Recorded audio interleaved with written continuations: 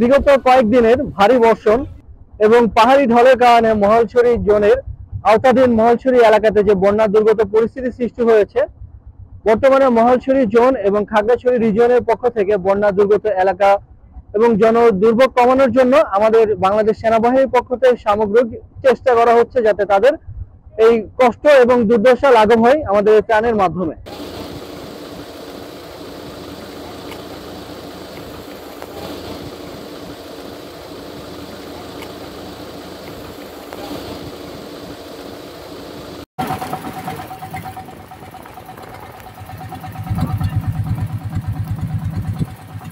Electra air conditioner কম বিদ্যুৎ খরচে দেবে অধিক শীতলতা আর সেভিংসও হয়ে যাবে তাই।